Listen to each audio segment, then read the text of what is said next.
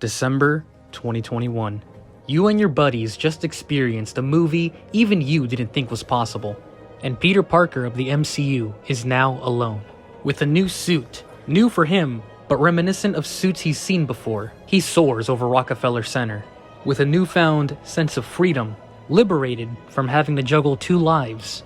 Peter Parker is no more, but Spider-Man lives on. Cue credits. And it was at that moment, me and the rest of the audience wanted to know, when's the toy coming out? Dad! I want it! No!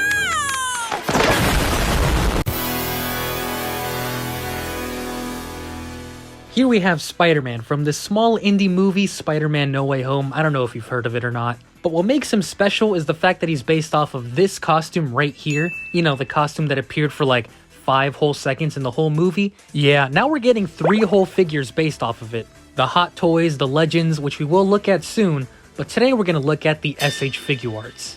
I'm going to be completely honest, when this figure was first announced, I really wasn't feeling the hype. I thought he looked good, but he wasn't a must-get figure. I think at that point, I was getting a little burnt out of this red and blue piece of shit. It wasn't until I saw people post about him on Instagram where I just had to have him. Like, oh my gosh, he looks immaculate. There was just one problem. I had no money. Times have been tough, sacrifices had to be made, I had to cancel my pre-order. And it hurt. Oh god, it hurt. But almost as if it was fate itself, a savior from the heavens has come to my rescue. A gentleman by the name of D-Star01 has bestowed this figure upon me, and now the time has come. So here's the box. It follows the same layout as the past 3 figures, where it's made to look like the actual costume. See, look, here's the red fabric up here and the blue fabric down there. It's as if Spider-Man himself turned into a cube. Spider Cube! He's literally 1 pixel. Literally. Oh wait, hold on. The rest of the box is exactly how you would expect it would be. And is it me, or are the pictures on the back faded? I don't know, they kind of look a little pink, but anyway, that's enough dicking around. Let's get him out of here. Gentlemen, gentlemen, gentlemen. What we have is what the kids may call peak. Wow. Wow, wow, wow. This figure, visually, is stunning. This is some of the cleanest paint and sculpt work I have ever seen. The first thing that caught my eye were the colors. The red is bright, vibrant, and it's all done with a matte finish, which perfectly accents the blue. Oh my god, the blue. It's painted with metallic blue paint, and oh my god, look at how good it looks! The way it reflects light. It's almost angelic. Oh my god! It's so shiny! It's glistening! Another thing about this figure I find orgasm-worthy is just how absolutely perfect the paint is. With most figures, the paint isn't always perfect, and that happens sometimes. Even the more higher-end figures have the occasional fuck-ups. But this figure says, straight up, I'm nothing like y'all. There is actually 0 imperfections when it comes to the paint. There's actually none. No bleeding, no mismatched colors. There's actually nothing for me to complain about, which is very impressive. And you know I love to complain. But you want to talk about impressive, let's talk about the web lines. First of all, it's all indented, but every single groove is painted black. Now, we've seen this before, many times as a matter of fact, but never has it been this flawless. There isn't a single spot where they missed a line or put too much black paint, even on the hands. In fact, I don't think a single Spider-Man figure I own has the web lines this clean. Toy Biz was really messy with the black paint on purpose. It sort of combined the shading with the web lines, so while it looks cool, they do miss a few spots. Mafex? Nope. Still not 100%. Especially the hands, they're almost not painted. Revoltech gets pretty damn close, but even then, they're still not as defined as this figure. And Marvel Legends doesn't even try anymore. All of their web paint is just painted on. So while most Spider-Man figures do a pretty good job with the black paint and the webs, SH Figuarts does it the best.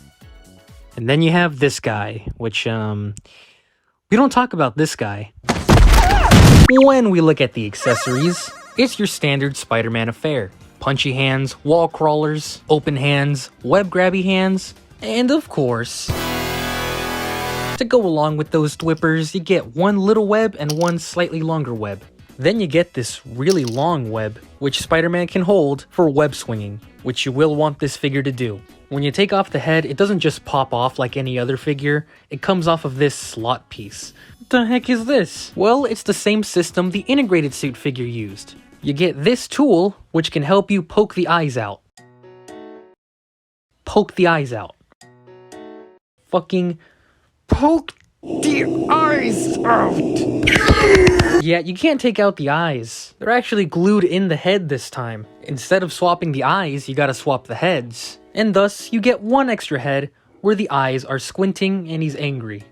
You know, that's all well and good, but if you gotta switch the heads anyway, why did they put it on this weird-ass shit?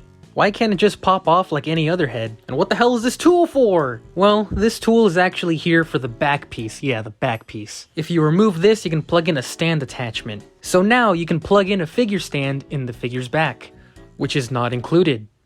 What the? You know, that's cool, I guess. It's a neat system, but I just wish they didn't do it at all. Firstly, it breaks up the sculpt. Like, come on, look at how distracting that is. And even if you get the stand they want you to buy, it comes with a clip.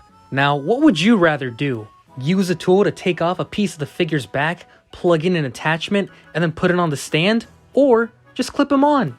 And none of the other Spider-Man figures have this system. It's always Tom Holland for some reason. I really don't get it, but for me personally, this whole system is useless. But besides that, that's it.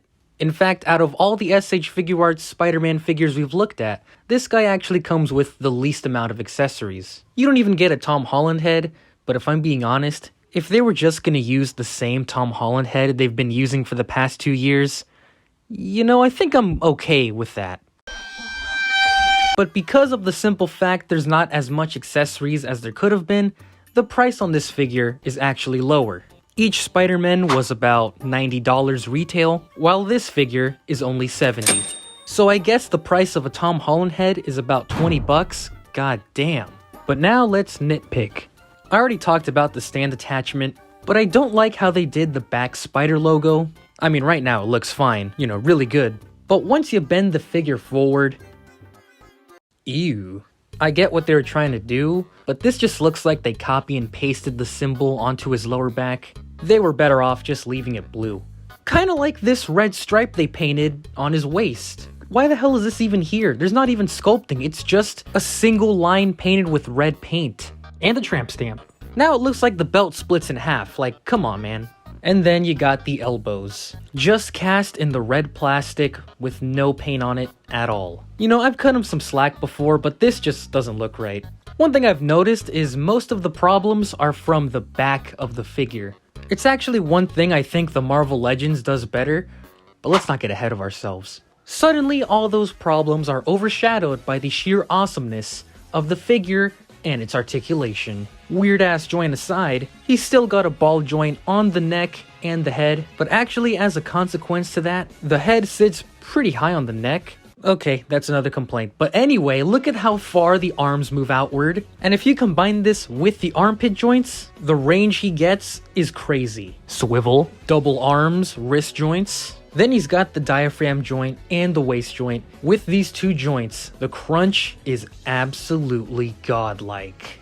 Now that's what I'm talking about. But the rotation on the diaphragm joint isn't as much as other figures. Another reason why Toby's the GOAT, right gentlemen? And unlike the integrated suit figure, the legs don't pop off this time.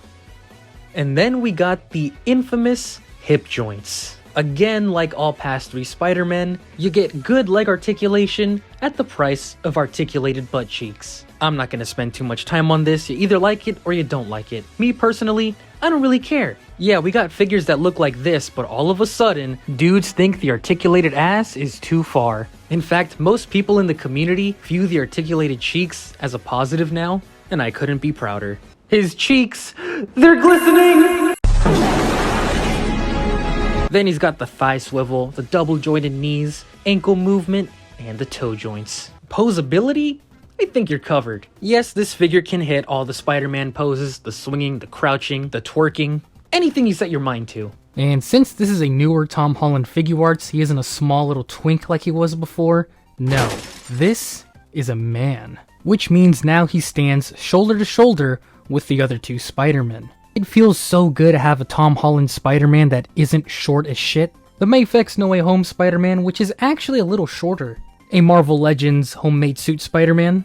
The Mayfix Spider-Man, but not just any Mayfix Spider-Man, the metallic variant Mayfix Spider-Man, which I love more than my children. What is it with Spider-Man figures being metallic that are just absolute peak? He looks bad next to the Legends Green Goblin, but he looks pretty good next to the Figuarts Green Goblin, as well as the Mayfix Doctor Strange. Here he is next to the SH Figuarts Venom and the Figuarts Carnage. This figure is amazing, but you probably already knew that. The SH Figuarts Spider-Man No Way Home figures have delivered nothing but greatness. In fact, this figure isn't just as good as the other ones. I would actually argue this one is actually the best out of the four. He's got the least amount of problems, and it just feels higher quality than the rest. And at a lower price? What we have here, my friends, is the best Tom Holland Spider-Man figure, and I'm dead serious. I like this figure more than the Mayfix ones. Now, I'm biased, so Toby is my favorite, but objectively speaking, I think this figure is peak Spider-Man. Well, you made it to the end. I busted out the shitty Raimi mask for this video because the other one is in the washer. Yeah, that thing can get pretty sweaty. I hope you enjoyed the video. I know everyone and their mom has already reviewed this figure. Major shout out to D-Star Toys. If it wasn't for him, this video would not have been made. I would not have this figure. So, Dex, I'm grateful.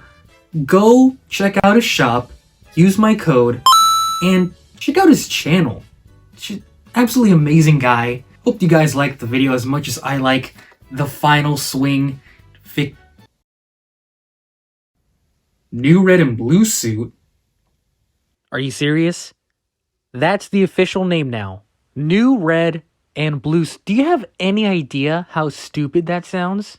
I mean, really, could they have chosen a less creative name?